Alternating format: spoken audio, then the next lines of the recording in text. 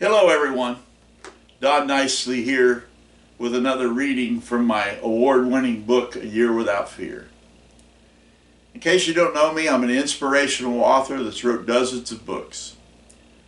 I started writing in 2004 and that's what this book is about. This year, 2024, is 20 years since this book has been published.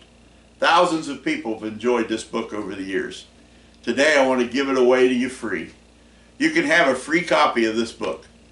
Go to donnicelybooks.com, click the link, and it'll show you how you can get it for free. I'll ship it to you tomorrow. You can get a free copy for a friend if you'd like. Just request that. All for just shipping and handling. And I pray that you'll take advantage of this and get it right now. I want to give it away. But in case you don't read, I'm going to do a reading every single day, so that you can get a free copy of this book. And that's what today is all about. Every day you can watch a free copy of me reading this book. I told you yesterday I was going to talk about dying, and that's our fear today, the fear of dying. In Luke chapter 116, verse 15, a very powerful, precious scripture is found in the pages. It says, "Precious in the sight of the Lord is the death of his saints." In other words, God looks at death a lot differently than we do. Fear of dying. Many people in our fast-paced society have this almost incurable fear. The fear of not knowing the dreaded day.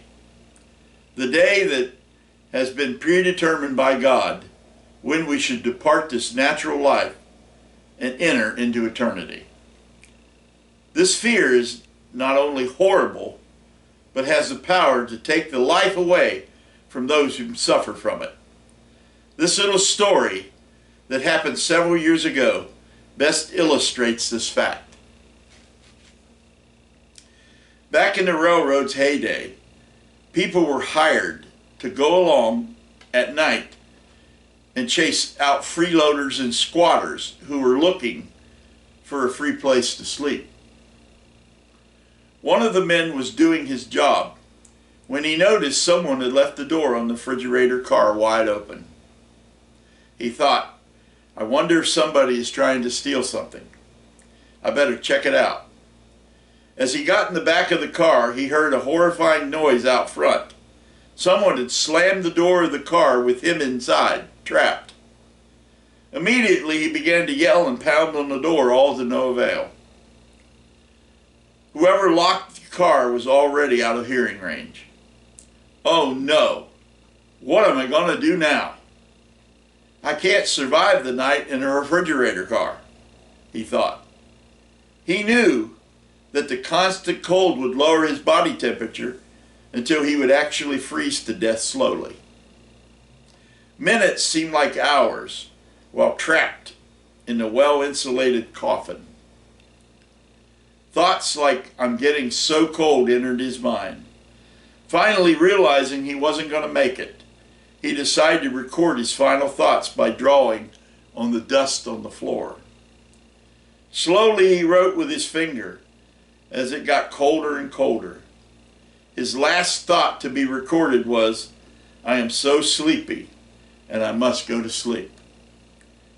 This was not unusual, for everyone who freezes to death has a sudden urge to go to sleep. The next morning, a railroad mechanic opened the refrigerator car and was horrified by what he found.